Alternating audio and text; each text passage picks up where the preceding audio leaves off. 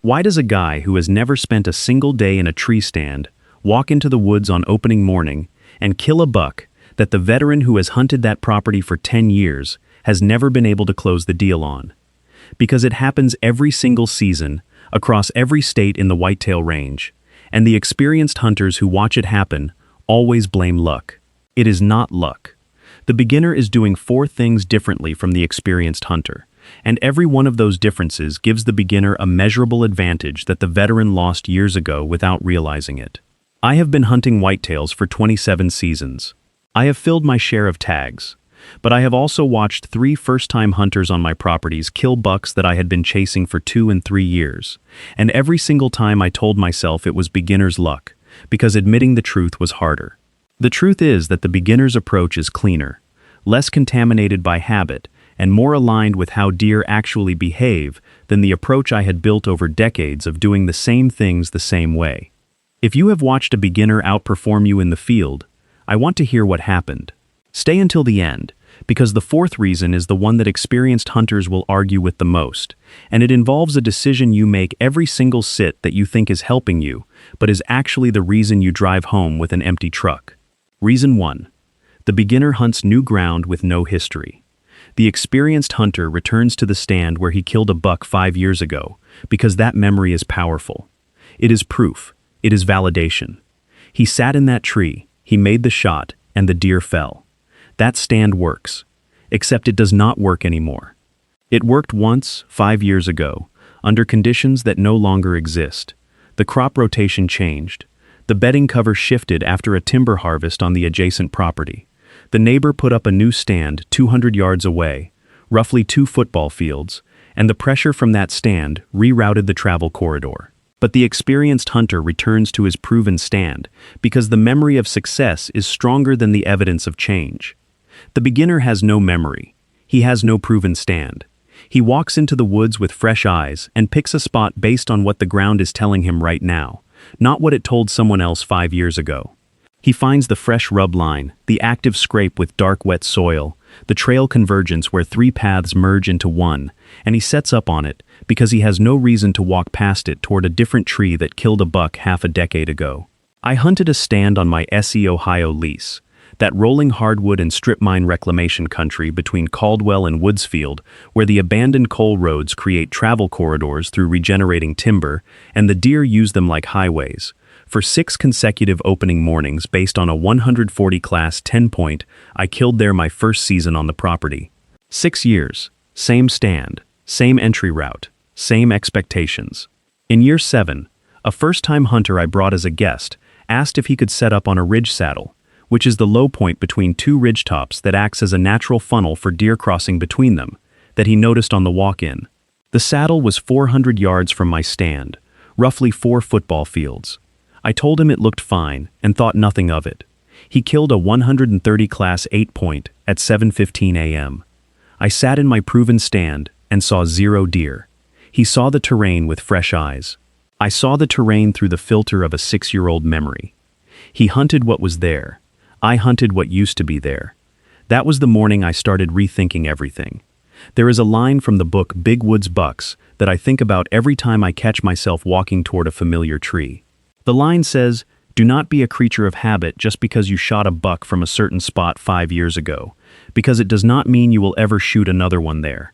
I read that line after my 6th blank opening morning on the same stand, and it hit me in the chest because it described exactly what I had been doing. The terrain had changed, the food source had shifted, the neighboring pressure had rerouted the corridor. Everything around me had evolved, and I was the only thing on the property that stayed exactly the same. The deer adapted, I did not. The beginner adapted automatically because he had nothing to adapt from. If you want to apply this principle deliberately, treat your own property like a new property every September. Walk it with fresh eyes. Ignore your old stand locations. Pretend you have never set foot on the ground, and let the current sign tell you where to hunt. Where are the fresh rubs today? Where are the active scrapes today? Where are the trails converging today? If those locations do not match your existing stands, move the stands. I started doing this 3 seasons ago, and it changed my opening morning success rate from 1 buck sighting in 6 openers to 3 sightings in 3 openers. Same property, Same deer herd, different eyes. Reason 2. The beginner generates zero accumulated pressure. This is the one that most experienced hunters do not understand, because the damage is invisible. Every time you walk to your stand, you deposit scent on the ground that persists for 8 to 12 hours. Every time you check a trail camera, you leave human odor at the camera site that research from Penn State documented reduces mature buck daytime visitation by roughly 30% for the following week. Every time you trim a shooting lane, saw a branch, or clear a trail, you leave behind human scent and visual disturbance that deer catalog and remember.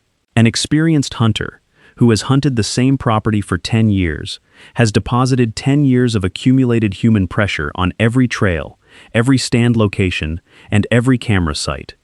The deer on that property have not just detected your presence, they have patterned you. They know which trails you walk. They know which trees you climb. They know the approximate time you arrive and the approximate time you leave. Research from Penn State's College of Agricultural Sciences documented that mature bucks on heavily hunted public land shift roughly 60% of their movement to nocturnal patterns within 72 hours of any season opener, because they have learned the pattern of human entry and adjusted their behavior to avoid it. Quick pause here. Everything I just walked through, and 100 more tricks like it, is sitting inside the Buck Hunter's Bible, 2026 edition. 280 pages of the stuff that actually puts deer on the ground. And right now, if you grab it, I am throwing in the 30-day opening day roadmap completely free. That is a 60-page day-by-day preseason plan that walks you from the first scout to opening morning, so you start this season ahead of every other hunter in the woods. Link in the description, QR code on screen. This is the season you stop guessing. The beginner has zero accumulated pressure. Think about what 10 years of hunting the same property actually means in terms of scent deposition. If you hunt 30 sits per season, that is 300 entries and exits over a decade. 300 times your boots walked the same trail. 300 times your body heat radiated from the same tree. 300 times your scent cone drifted across the same approach corridor. A mature buck with a core home range of 200 to 400 acres, roughly half a section, has processed your scent signature hundreds of times across his 3 to 5 year lifespan. He does not just know you are a threat, he knows the schedule. He knows which mornings you show up. He knows which wind you prefer. He has cataloged your pattern the same way you catalog his. Except his catalog is better, because his survival depends on it and yours does not. His scent has never been on that property. His boots have never touched those trails. His thermal signature has never been processed by a single deer on that ground. The first time a beginner enters a property, the deer have no reference point for evaluating the threat.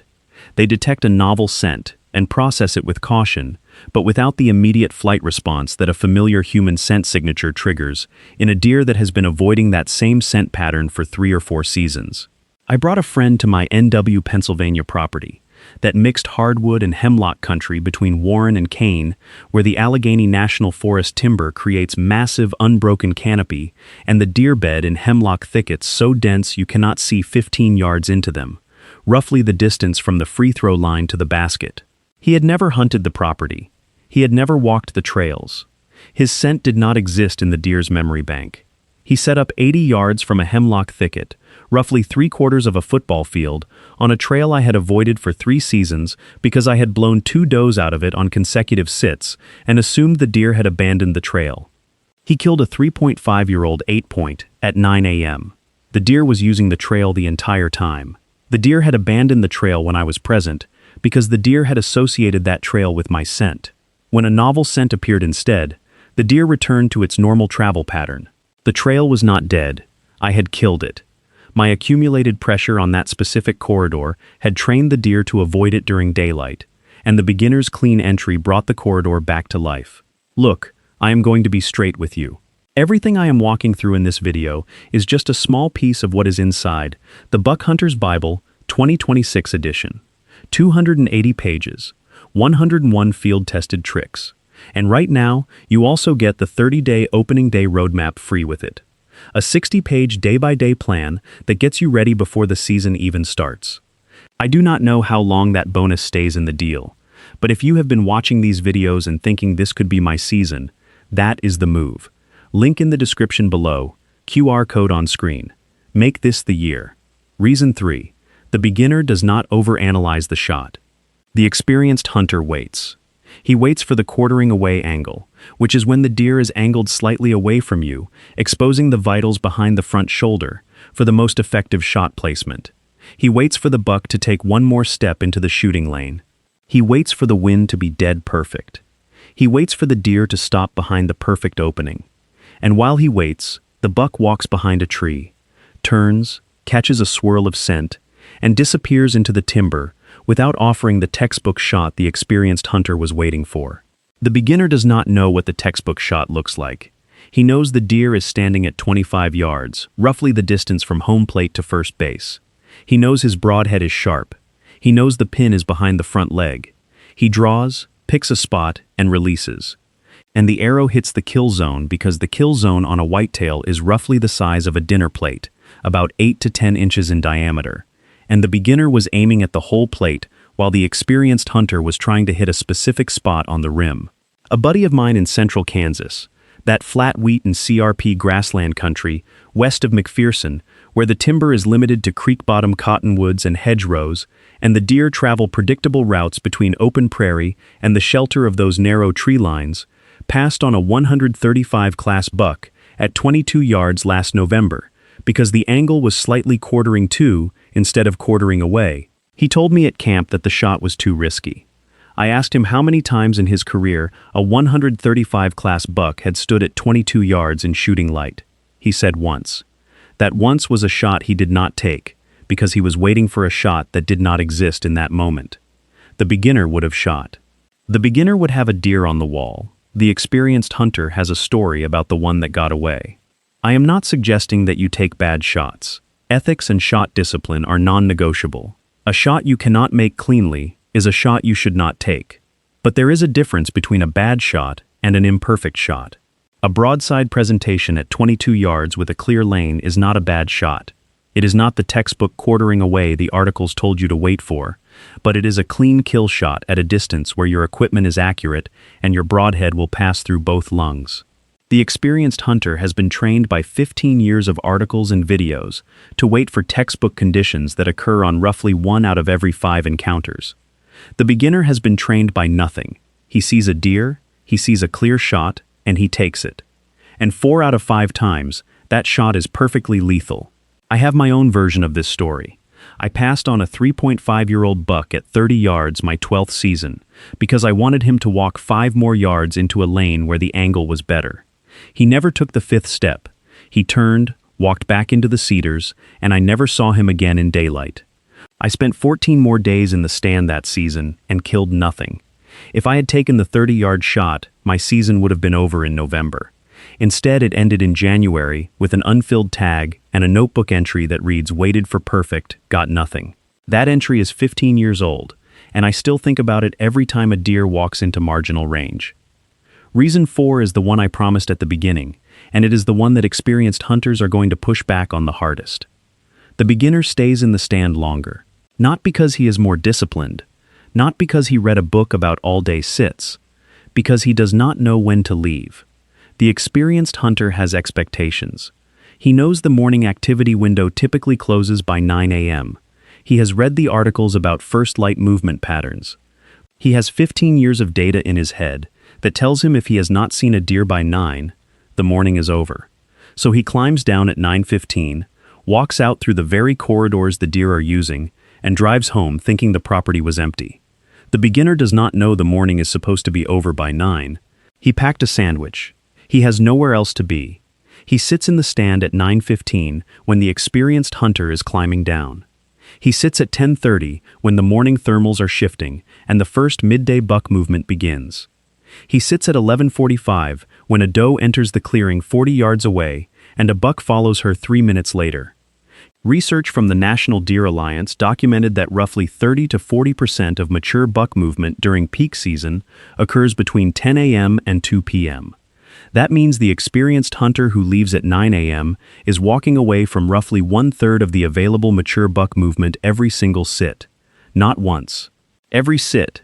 My buddy in central Kansas told me he has killed 3 of his last 5 bucks between 9:30 a.m. and 11:30 a.m. Every one of those bucks appeared after the point in the morning when he used to climb down. He said the change that produced those 3 bucks was not a new stand, not a new tactic, and not a new product. It was staying in the tree for 2 more hours. 2 hours. That is the difference between 3 bucks on the wall and 3 empty seasons.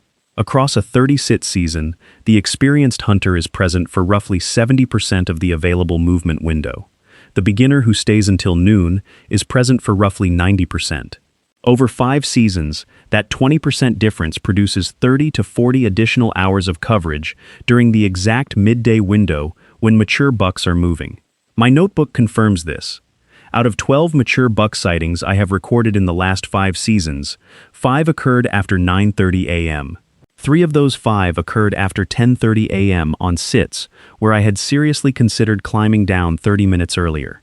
The biggest buck I killed in that period, a 148-inch 10-point on my Ohio property, stepped into my lane at 11:15 a.m. on a November morning, when I had seen 0 deer for 6 hours. My phone was in my hand. I was texting my wife that I was coming home for lunch. The buck appeared at the exact moment I was composing a message about leaving. I put the phone down, picked up the bow, and made the shot at 28 yards. If I had left at 9:15 like the experienced hunter in my head was telling me to, that buck would still be alive. The experienced hunter's knowledge works against him, because his knowledge creates expectations, and expectations create departure times, and departure times remove him from the stand during the exact window that produces the encounters he drove 3 hours to have. The beginner has no expectations. He has no departure time. He has a sandwich and a willingness to sit in a tree with nothing happening, because he does not yet know that nothing happening is supposed to mean something. And that ignorance, that simple absence of the patterns and assumptions and mental models that 20 years of hunting builds into your decision-making, is the single biggest advantage a beginner has over an experienced hunter. At 11:05, a doe and 2 fawns fed through the white oaks below us for 20 minutes. At 11:30, he whispered that he was glad he did not leave at 10. I was too. Because if I had been sitting alone with my 27 years of experience telling me the morning was over, I would have climbed down an hour before the woods came alive. His ignorance kept us both in the tree. And the tree is the only place where a buck can become venison. If that makes you uncomfortable, good. It should. Because the solution is not to hunt like a beginner. You cannot unknow what you know. The solution is to recognize which parts of your experience are helping you and which parts are hurting you, and to deliberately override the parts that hurt. Stop going back to the same stand. Stop walking the same trail. Stop leaving at 9 a.m. Stop waiting for the perfect shot when a good shot is standing at 25 yards. Hunt your property like you have never seen it before, because the deer you are chasing has never seen the version of you that hunts that way, and that version might be the one he does not know how to avoid. Anything you have learned from watching a beginner succeed where you failed, leave it below. Next time we are covering the 5 stand rotation mistakes that burn your best setups before the rut. The beginner does not know what he does not know, and somehow, that is exactly what makes him dangerous. But now you know what you did not know before you watched this video. You know that your history on a property can work against you. You know that your accumulated pressure is training the deer you are trying to kill. You know that the perfect shot is the enemy of the good shot. And you know that the voice in your head that says it is time to leave at 9 a.m. is the same voice that has been costing you encounters for your entire hunting career. You cannot be a beginner again. But you can choose to hunt like one. Fresh ground, clean entry, take the shot, stay in the tree, 4 changes, 0 cost, and a fundamentally different relationship with the deer that have been patterning you for the last decade while you thought you were patterning them.